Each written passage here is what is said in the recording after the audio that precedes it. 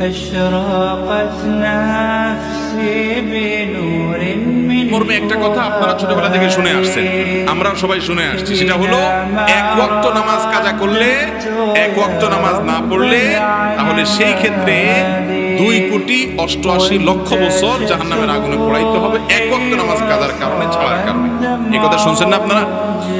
তো এই বিষয়টি আসলে যেই বর্ণনাতে পাওয়া যায়, সেই বর্ণনাতে 80 হুকবার কথা বলা হয়েছে, 80 হুকবাকে যোগ বিয়োগ করে 2,88,00,000 বছর বের করা হয়েছে।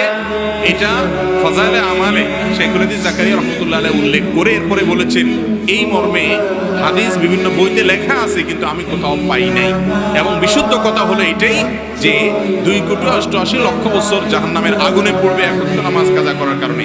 এই মর্মে কোনো বিশুদ্ধ তো দূরের কথা, কোনো আপনার দুর্বল হাদিসও নাই, বরং এটি সম্পূর্ণ জাল, ভিত্তিহীন।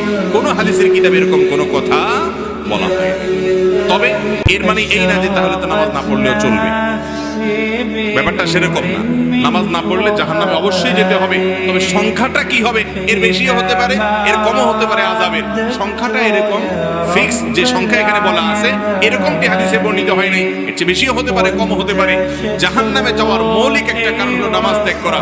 আল্লাহ রাব্বুল আলামিন কোরআনে কারিমে বলেছেন, জাহান্নামীদেরকে যখন জিজ্ঞাসা করা হবে, মা সালাকাকুম ফি সাকার, তোমাদেরকে জাহান্নামে কোন জিনিসে নিয়ে এসেছে, কোন অপকর্মে জাহান্নামে এনে ছেড়েছে, তখন তারা বলবে প্রথমেই ক্বালু লাম নাকু মিনাল মুসাল্লিন, তারা বলবে আমরা মুসল্লি ছিলাম না, নামাজ পড়ি নাই, এই জন্য জাহান্নামে আসছি। এই জন্য নামাজ না পড়লে জাহান্নাম, এটা অবশ্যই কোরআন থেকে বর্ণিত।